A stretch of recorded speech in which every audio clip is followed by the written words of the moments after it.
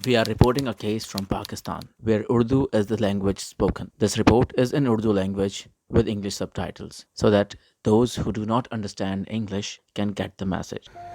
मैं 13 तारीख का ये वाक़या था। 15 को या 16 को सिटी कोर्ट के सेकंड फ्लोर से जंप मारने लगा था तंग आके।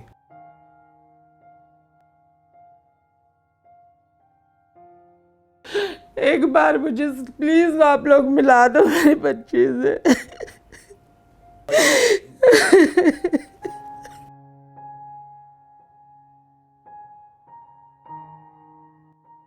पाकिस्तान वह मुल्क जो कि 1947 में यकसा हुकूक के नाम पर आज़ाद हुआ, लेकिन आज मजहबी अक़लियतों के लिए किसी दोज़ख से कम नहीं।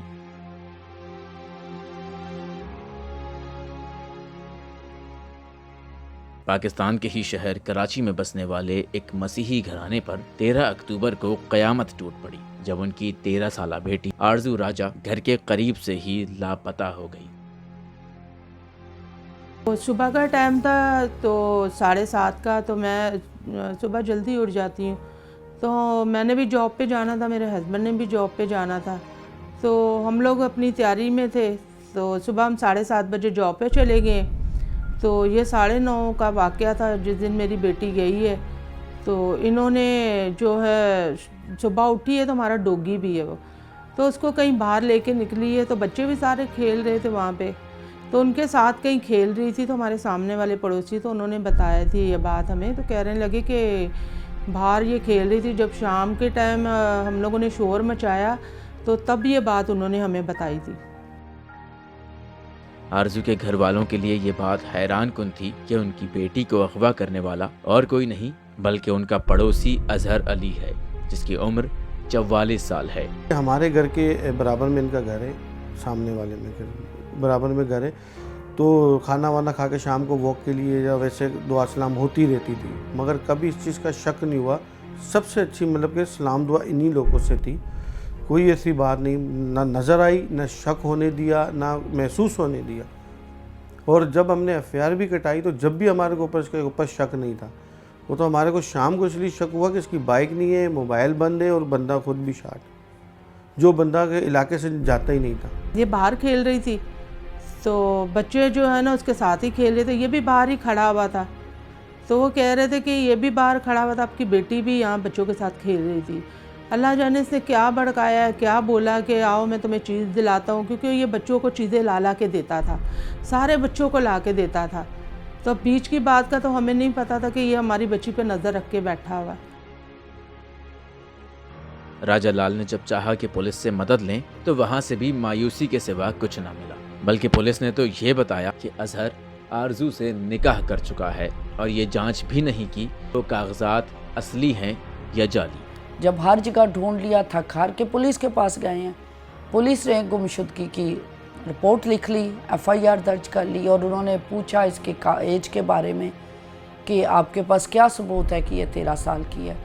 तो उसी वक्त ये घर आए हैं, घर से फिर उसके नादरा का बेफाम बर्थ सर्टिफिकेट लेकर गए हैं और पुलिस को प्रोवाइड कर दिया सबूत के तौर पर कि ये 13 साल की है।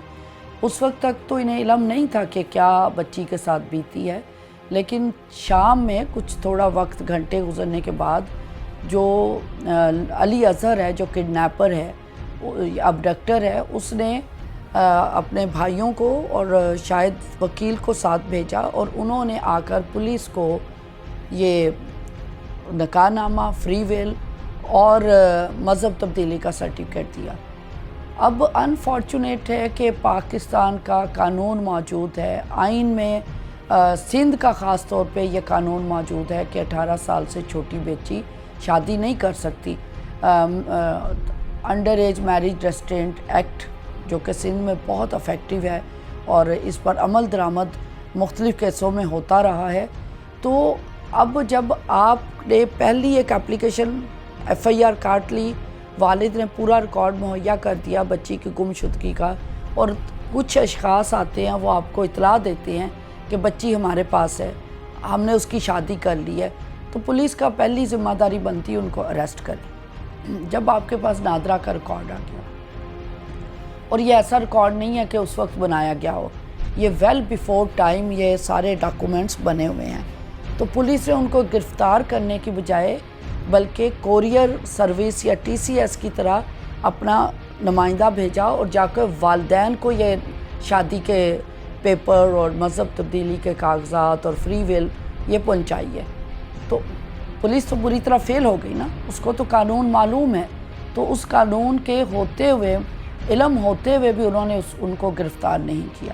آرزو کی ماں جو کہ اپنی اولاد کی ایک جھلک دیکھنے کو ترس چکی ہے, برٹش ایشین کرسچن ایسوسی ایشن کی ٹیم سے بات کرتے ہوئے بھی اس کی بس ایک ہی فریاد تھی. دے رہے اس کو, میں کیسے ملوں اس سے؟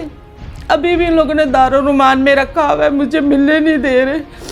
ابھی شاید میرے جاؤں تو پھر مجھے کچھ پتہ چلے تو وہ کیسی ہے کیسی نہیں ہے. میں اس سے گلے لگا کے ملوں کہ میری بچی مجھے مل تو گئی ہے لیکن میرے پاس نہیں ہے ابھی, میرے سینے سے نہیں لگی ہے وہ. ایک بار مجھے پلیز آپ لوگ ملا دو میری بچی سے.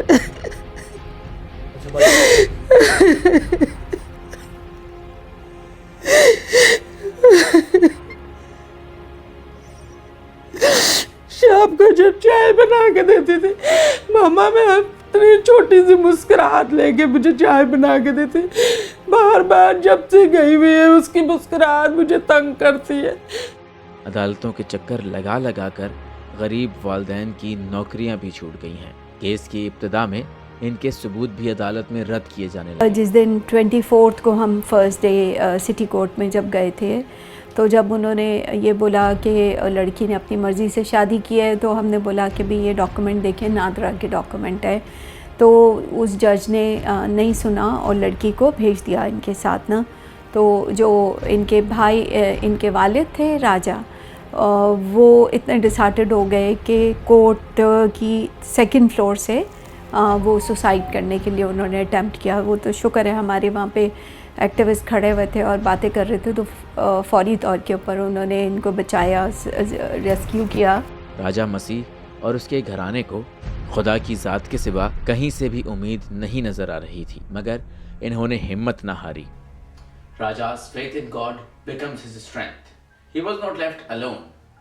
People from all over the world, specifically the Christian community, gathered across the globe and staged protest to get Arzu recovered and Azhar to be arrested. کئی احتجاج اور دعاؤں کے بعد حکومت اور ارباب اختیار نے ایکشن لیا اور کیس کی سماعت 12 نومبر کے بجائے 2 نومبر کو کی گئی. اظہر علی کو حراست میں لے لیا گیا اور آرزو راجہ کو کیس کے فیصلے تک پناہ شیلٹر ہوم میں رکھا گیا. آرزو کے میڈیکل ٹیسٹ کے مطابق یہ بات بھی عدالت میں ثابت ہو گئی کہ آرزو ایک کم عمر بچی ہے جس کی عمر صرف 14 سال ہے. آرزو اب بھی پناہ شیلٹر ہوم میں ہے. اس کے ماں باپ اور بہن بھائی اب بھی قانون سے انصاف کی آس لگائے ہوئے ہیں. ہماری دعا ہے کہ آرزو جلد اپنے گھر والوں کے پاس آ جائے اور اظہر علی کو سخت سے سخت سزا مل سکے.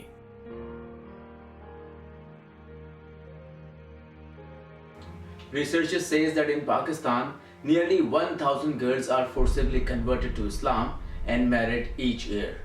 Arzu's case is not the first case of its kind, but we hope it will be the last case of forced conversion and underage marriages. I, Ali Hasnan, along with my fellow correspondent Hanu Kohar, says goodbye to you until next video.